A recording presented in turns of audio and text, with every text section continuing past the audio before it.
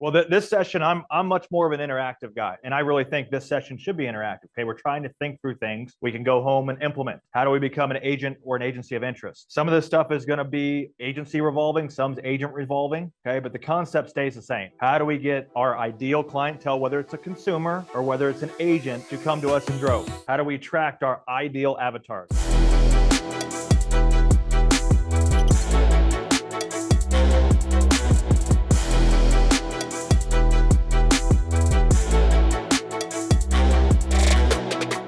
First thing we need to know what our ideal avatar is, right?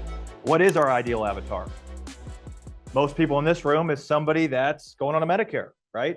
Got some ACA writers in the room. Those are some ideal avatars. People retiring in general. Who's doing annuities in here? Anybody? Jacob? Okay. I know we got some annuity people on the virtual. So how do we attract those type of people? Okay.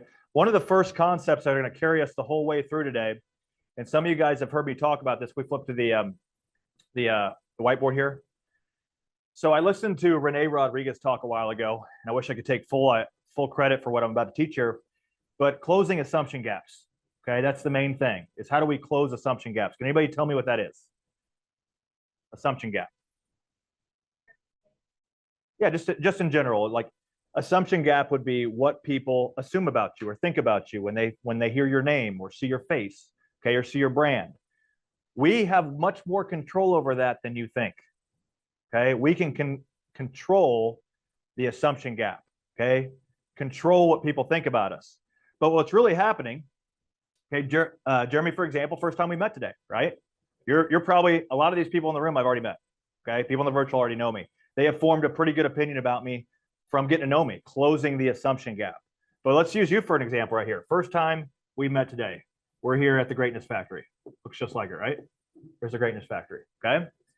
Between now and whenever the next time I meet you, there's a gap, okay? That's the assumption gap. Now, maybe the next time I meet him is 2 months from now at a boot camp, okay?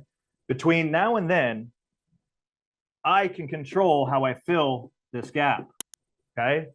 How I talk to Jeremy, how I follow up with Jeremy, how I support Jeremy, how he sees me on social media, all those different things. What I'm really doing is closing what we call the assumption. I'm closing assumptions with facts, okay? I'm filling this void with actual facts, or I'm helping control the way he thinks about me, okay? That's an example with an agent.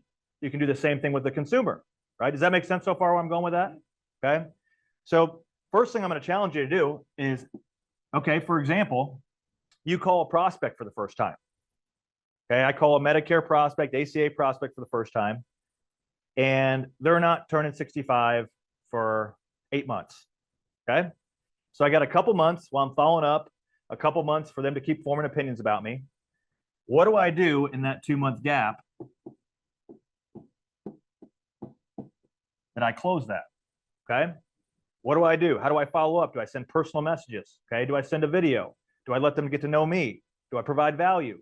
Okay, a lot of things that I can do in between those 2 months to fill that gap to help them buy. Okay, help you be their agent. Everybody with me so far?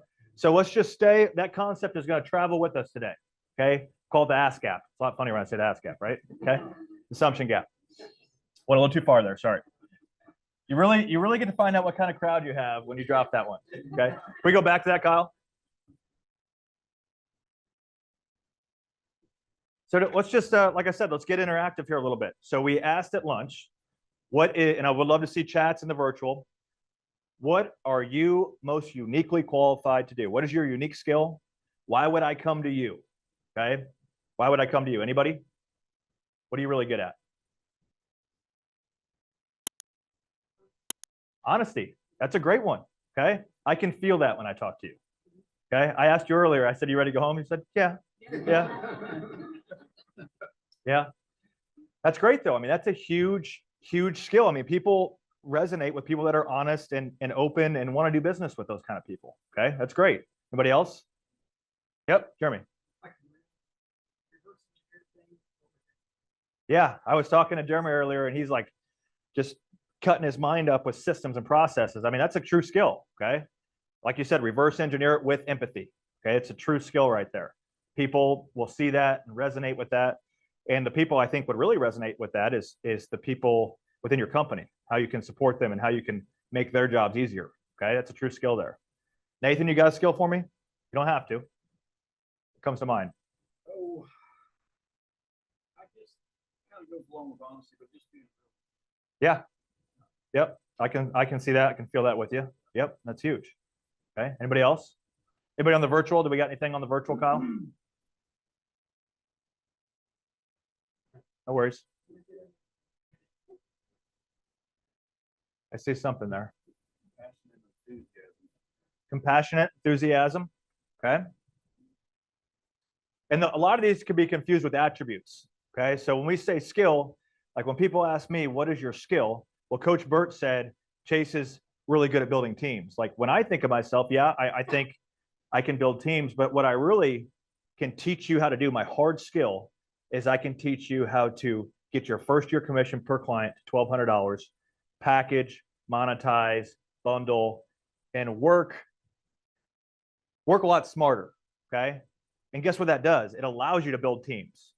Okay. My actual skill isn't building teams. What I teach you to do allows you to build teams. It's allowed me to build a big team because I can teach it. I can duplicate it. I can repeat it. Rinse and repeat type deal. Okay. So my true skill, in my opinion, is being able to teach people how to really optimize their sales processes, their operations, and that's what allows you to build a team.